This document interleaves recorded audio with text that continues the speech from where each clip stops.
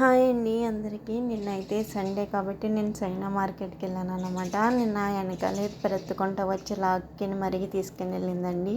ఏది కీములు అంటే తీసుకుంటానని చూపిస్తుంది అన్నమాట. చెయ్యి అయితే మొత్తం అంతా కీము పెట్టి తోమేసి మళ్ళీ ఇంకొకటి తుడుతుంది అన్నమాట. అసలు వద్దొద్దనగా వినకుండా తీసుకుని వెళ్ళింది.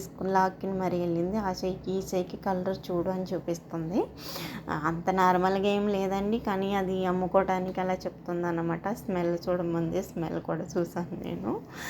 అది అమ్ముకోవటానికి అలా చెప్తుందండి. ఇవన్నీ వేస్ట్ అన్నమాట. నాకు తెలిసిన మట్టుకైతే ఇంకా బలవంతంగా తీసుకొని బతిమాలుతుంది అన్నమాట.